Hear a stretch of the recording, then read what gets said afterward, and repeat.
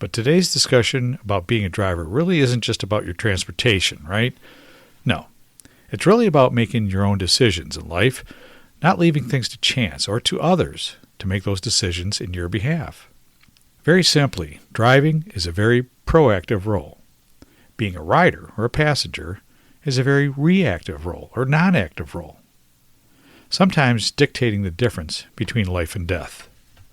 Much the same as traveling in a vehicle, every one of us in our own daily lives is either a driver or a passenger, a rider.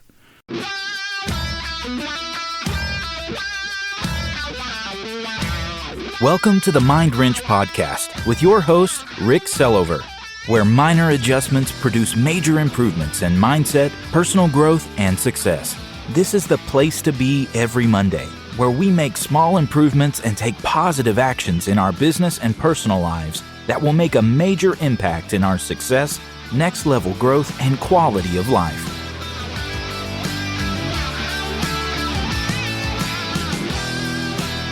Hey, what's up, everybody? Welcome to the Mind Wrench Podcast. I'm your host, Rick Sellover. Thanks so much for stopping in. If you're a returning listener and haven't done so already, please take a minute and click the follow or subscribe button and then rate and review the show. When you rate and review the show, the algorithms for Apple, Spotify, Google Podcasts, iHeartRadio, Amazon Music, and all the other platforms will see that it's valuable and show it to more people that have never seen it before. And hopefully it can help them too. I would really appreciate your help sharing this word with your friends and family as well. And if you're a brand new listener, welcome. I hope you find something of value here that helps you in your personal or professional life as well. Please make sure to click the subscribe or follow button so you never miss another episode. Hey, this week I just wanted to share a short little message, something I've been thinking about for the past couple of weeks. And as I was thinking through this subject and what I wanted to talk about, and it really took me back to when I was a teenager and some of the things that happened in my life and some of the things I went through back then, which really kind of drove this message to begin with. So I hope this message resonates with you in some way and maybe motivates you to make some changes you might have been waiting to make. Back when I was a teenager, our ideas of entertainment were much simpler than today's youth. No VR headsets, no 3D video gaming, or countless hours on social media. Nope. Usually, somebody with a car, not everybody had one in the early 70s, would drive, and a bunch of us would pile into his or her car. Back then, they're all huge cars, LTDs and Impalas and Buick Rivieras, old Lincolns, Caddies, and all them full-size station wagons of the late 60s and early 70s were massive and held probably 6 to 8 people. Anyways, we'd all jump in and just cruise around aimlessly, just burning up that 75 cent a gallon gas for hours and hours. Didn't matter who the driver was and what he was smoking or drinking either. He had the car, right? No seatbelt laws, so nobody wore them. No airbags, manual brakes, manual steering. Just nothing between the passengers and the windshield or door glass but thick cigarette smoke and luck. Although at the time it seemed okay to just leave our lives in the hands of whoever was driving, whether they're high or drunk or both, it wasn't until sometime in high school that I just started losing some of my grade school and middle school friends to deadly traffic accidents. Most times it wasn't the driver either. It was the passengers that got ejected from the car. Hell, I must have lost about a half a dozen buddies within a couple of years. It's so tragic, and a bit of a wake-up call for me. It wasn't long after that time frame that I really started deciding to drive myself to the parties, the bonfires, the events, instead of riding with someone else, even though it might have been easier or cheaper. Although most of the cars I owned were $50 to $100 beaters, and seriously, I can't remember how many I went through. It was a lot of them. And they were probably far from being roadworthy, but nonetheless, I was in control of the gas, the brakes, and the steering wheel, and I was in total control of the vehicle. But most importantly, I trusted my decisions more than somebody else's. But today's discussion about being a driver really isn't just about your transportation, right? No. It's really about making your own decisions in life, not leaving things to chance or to others to make those decisions in your behalf. Very simply, driving is a very proactive role. Being a rider or a passenger is a very reactive role or non-active role, sometimes dictating the difference between life and death. Much the same as traveling in a vehicle, every one of us in our own daily lives is either a driver or a passenger, a rider. Those are the only two options we have. In our businesses, our careers, our jobs, our families, and relationships, we either jump in and grab the wheel of our own futures, we drive the vehicle that we choose to travel in, or we're just a rider or passenger in someone else's business, someone else's job, someone else's relationship. What about you? Are you the driver of your life, or just in the back seat, along for a ride in someone else's life? Listen, no judgment here. Many people spend their whole life as a rider and are blissfully happy that way, but it is something to think about, isn't it? As a rider, you're always at the mercy of someone else's decisions or actions.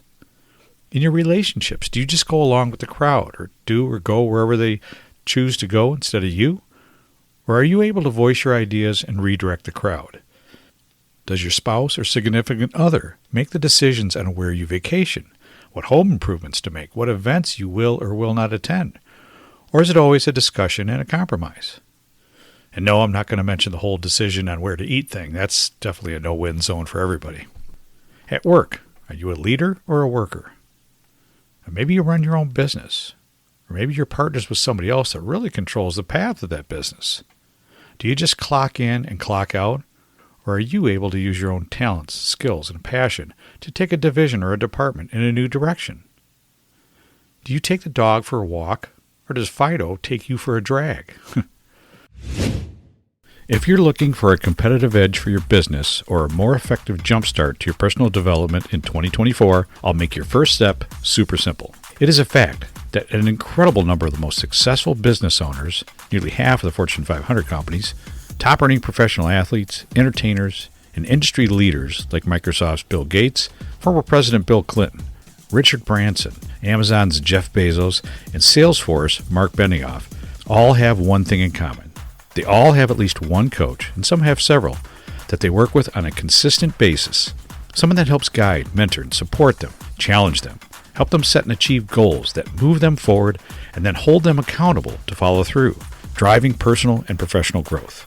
Working with a coach has many substantial benefits. Just for an example, 80% of coaching clients report improved self-esteem or self-confidence thanks to coaching. 99% of individuals and companies that hire a coach report being very satisfied, and 96% would do it again. If deep down, you know it's time to make those improvements in your business or your personal life that you've kicked down the road year after year, if you're tired of knowing there's a better version of you waiting to shine, but unsure of how to bring that version to light, if you're tired of wanting to enjoy a more successful business, but not sure how to start, and if you don't want to go another 12 months without better results, but you don't want to go it alone, then take the first step. It's super simple. Sometimes talking to the right person can make all the difference. Go to www.rickslover.com/contact and I'll set you up with a free consultation call with me to see if one-on-one coaching is right for you. Now, I'm not trying to offend anyone or make anybody feel bad about being a rider. No, not at all. As many can spend years and decades in this role and really not give it a second thought. This is just something to help bring some awareness to what we tend to fall into easily, almost effortlessly, without understanding the importance of taking charge of our own lives and our own future outcomes, or not taking charge and having to deal with those consequences. It's a little different when you're a child. Your parents usually have your health and safety in mind. But man, once you're an adult, absolutely no one has your best interests in mind but you. No one else can see your hopes, your dreams, your desires, but you. And no one else can take the actions needed towards those dreams, but you. If you have some levels of success you wish to achieve, or looking for fulfillment in what you do, or want to make a positive impact on our world, it cannot be done as a passenger in the back seat. You must be the one behind the wheel driving. Just like in the movies, there's always just one hero of the story. He or she is the one faced with some kind of difficulty and some obstacles to overcome, and ultimately, after several ups and downs, finds victory and hence becomes the hero of the story, right? Yes, there's some other supporting actors and actresses that play a role or play a part in the story, but the story isn't about them, is it? Some are influential in the outcome of the story, but they're easily forgotten about afterwards. They were just a rider in the hero's story. You know what I mean? We should all be striving to be the hero of our own story, shouldn't we? There is a great quote from one of my favorite speakers, Jim Rohn. It says, "If you don't design your own life plan, chances are you'll fall into someone else's plan. And guess what they have planned for you? Not much." Let that sink in for a minute. If you don't design your own life plan, chances are you'll fall into someone else's plan. And guess what they have planned for you? Not much. If that thought stirs you a bit, that's good. That's okay. If you've been a rider through most of your life but feel you really would like to start driving, be the one steering your own ship, the pursuer of your own goals and dreams, it is never too late to start. Never. In full transparency, in different areas of my own life, I've been a rider too. In certain time periods of growing, I found it so easy to just be a passenger, not having to be responsible for the outcomes. Hey, I didn't choose that path. It's not my fault this happened. Avoiding the possible blame for poor results can feel like a win sometimes, but it's really not. Once I started taking control of certain areas of my life and putting focus and energy into making those things happen that I wanted, I started seeing the results that only come from taking full control of your destiny. And I gotta say, it's pretty cool. And it's kind of addicting. So if this conversation has you thinking it's time for you to start jumping into that driver's seat, just pick one little area of your life. Decide to make all the decisions affecting the results in that area. Don't count on anyone else to make it happen for you. You need to visualize the end results you want. You get to make the moves that need to be made. You're going to take the lumps and the bumps and the troubles that may come with it, but with some fortitude, commitment, and a desire to achieve whatever it is that you visualized, you might just surprise yourself. Well, that's all I had for you today. Thanks again for tuning in. I really appreciate your support, and I hope you have a great week. I can always be reached at www.ricksillover.com, where you can find all my social media links, podcast episodes, blog posts, and much more.